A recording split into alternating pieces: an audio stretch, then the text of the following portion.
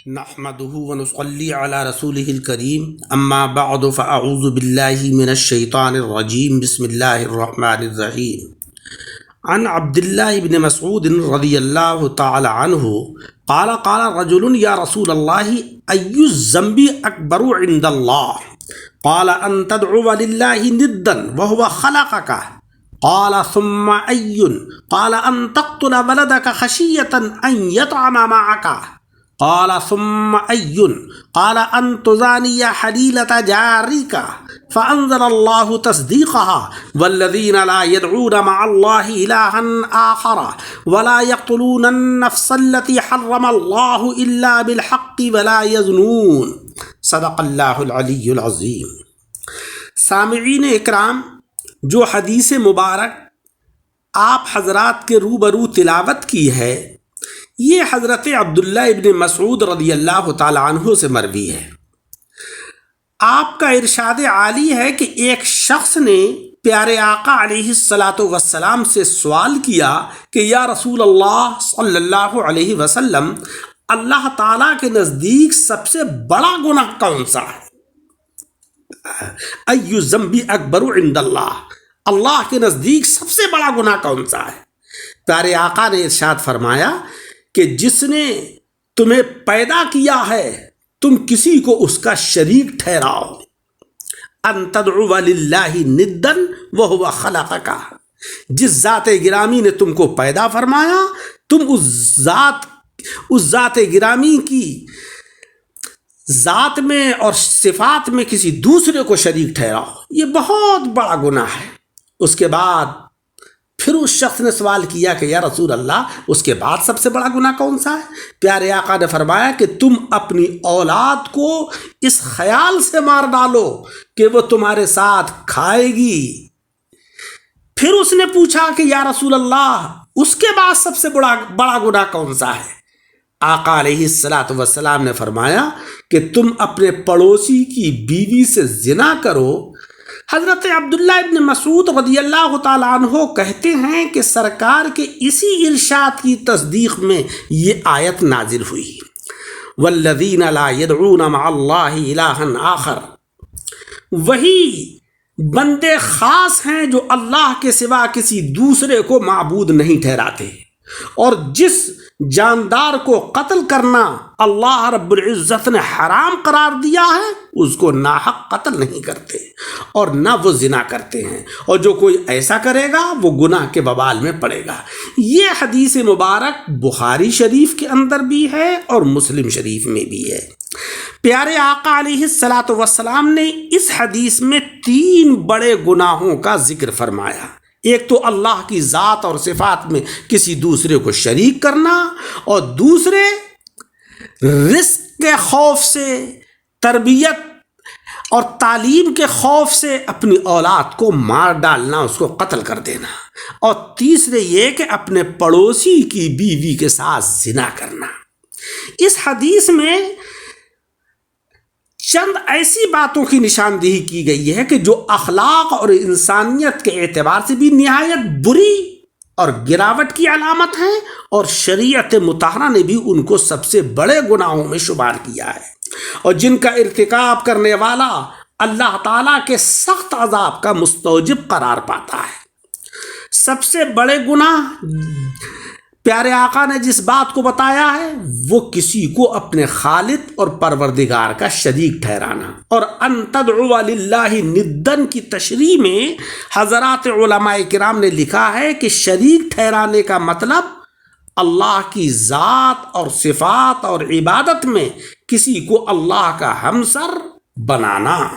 مثلا عبادت اور بندگی اور اظہار عبدیت کے جو طریقے اور جو افعال صرف ذات باری تعالیٰ کی عبادت کے لیے مخصوص ہیں، وہ طریقے اور افعال اللہ کے سوا کسی اور کے لیے بھی اختیار کرنا، یا جس طرح اللہ کو یا اللہ معبود حقیقی کہہ کر یاد کیا جاتا ہے، اسی طریقے سے کسی اللہ کے غیر کو معبود حقیقی سمجھ کر پکارنا اور یاد کرنا یہ شرک ہے، اس سے بچنا چاہیے۔ ہم جو حضرات خاصان الہی کو پکارتے ہیں یا ہم کسی اپنے بھائی سے مدد طلب کرتے ہیں، یا بیمار ہونے پر ڈاکٹر اور طبیب سے مدد مانگتے ہیں، یہ ہم معبود سمجھ کر نہیں مانگتے ہیں، یہ ہم مجازن طلب کرتے ہیں، مجازن مدد مانگتے ہیں۔ حقیقی طور پر مدد کرنے والی ذات اللہ جل شانہ و عم نوالہ کی ہے۔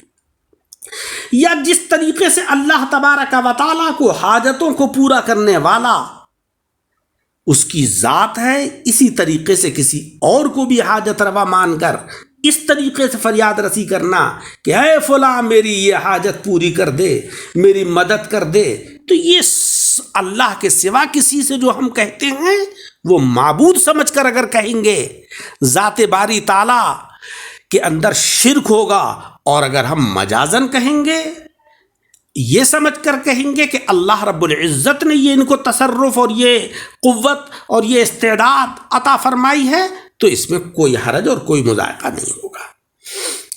اس حدیث میں دوسرا بڑا گناہ اور وہ یہ ہے کہ ان تقتل ولدک خشیۃ ان یطعم معک، کہ اولاد کو اس ڈر سے قتل کر دینا کہ وہ ہمارے ساتھ ہمارا رزق کھا جائے گی، یا ان کی تعلیم و تربیت پر ہمارا پیسہ خرچ ہوگا، تو یہ دوسرا بڑا گناہ پیارے آقا نے بتایا کہ کوئی شخص اپنی اولاد کو اس خوف سے موت کے گھاٹ اتار دے کہ وہ میرے سر کا بوجھ بنے گی، اس کو کھلانا پڑے گا، اس کو پلانا پڑے گا، اس کی پرورش اور تربیت کی معاشی ذمہ داریاں برداشت کرنا پڑے گی، جیسا کہ زمانے جاہلیت میں ظالمانہ طریقہ رائج تھا۔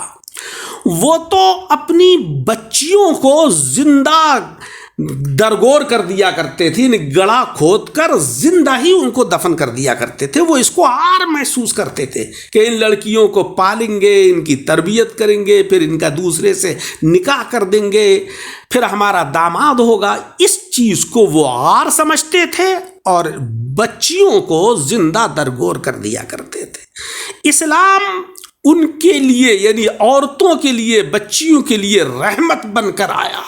پیارے آقا علیہ الصلاۃ والسلام ان کے لیے رحمت بن کر جلوہ گر ہوئے اور اس رسم کا خاتمہ ہوا۔ تیسرا بڑا گناہ پیارے آقا علیہ الصلاۃ والسلام نے بتایا کہ کوئی شخص اپنے پڑوسی کی بیوی سے زنا کرے۔ دیکھیے، پڑوسی کے بڑے حقوق ہیں۔ جناب احمد مجتبیٰ محمد مصطفیٰ صلی اللہ علیہ وسلم کا ارشاد عالی ہے کہ جب جبریل امین نے پڑوسی کی تعریفات کی اور پڑوسی کے حقوق کو بیان کیا تو مجھے خدشہ ہوا کہ کہیں وراثت میں بھی اللہ تبارک و تعالیٰ پڑوسی کے حق کو قائم نہ فرما دے۔ تو پڑوسی کے بڑے حقوق ہیں، کیونکہ وقت ضرورت سب سے پہلے پڑوسی آتا ہے۔ رشتہ دار اعزاء و اقارب تو دور و دراز رہتے ہیں، پڑوسی برابر میں ہوتا ہے، کوئی پریشانی لاحق ہوتی ہے تو سب سے پہلے پڑوسی آتا ہے۔ پیارے آقا نے فرمایا کہ ہر مکان کے چاروں طرف 40 مکان تک پڑوسی ہوتا ہے، یعنی ایک مکان کے بعد دوسرا، دوسرے کے بعد تیسرا، اس طریقے سے 40 مکانوں تک پڑوسی ہے۔ اسلام نے کیسا بستی کا مربوط نظام قائم قرار دے دیا کہ پوری کی پوری بستی، پورا کا پورا شہر ایک دوسرے کے پڑوسی ہیں۔ اور حدیث مبارک کے اندر یہ کوئی قید نہیں ہے کہ پڑوسی مسلمان ہو یا غیر مسلم ہو، پڑوسی کوئی بھی ہو، اسلام سے تعلق رکھتا ہو یا اسلام سے تعلق نہ رکھتا ہو، برادران وطن ہو، وہ پڑوسی ہیں۔ ان کے حقوق کا خیال ہونا چاہیے، ان کا ادب و احترام کرنا چاہیے، ان کی عورتوں کا لحاظ رکھنا چاہیے، ان کے بچوں کا لحاظ رکھنا چاہیے، بڑوں کا ادب و احترام اور چھوٹوں سے پیار و محبت کرنا چاہیے، چاہے وہ کسی بھی مذہب سے، کسی بھی دھرم سے تعلق رکھتے ہوں۔ اس حدیث میں جو یہ فرمایا کہ اپنے ہمسائے کی بیوی سے زنا کرنا یہ بہت بڑا گناہ ہے۔ یوں تو مطلقاً زنا ایک بڑا گناہ ہے اور اس پر سخت سزا مقرر ہے، لیکن پڑوسی کی بیوی سے زنا کرنا یہ بہت ہی بڑا گناہ ہے۔ جس طریقے سے مطلقاً ناحق قتل کرنا ایک بڑا گناہ ہے، لیکن کوئی انسان اپنی اولاد کو قتل کرے یہ بہت ہی بڑا گناہ ہے۔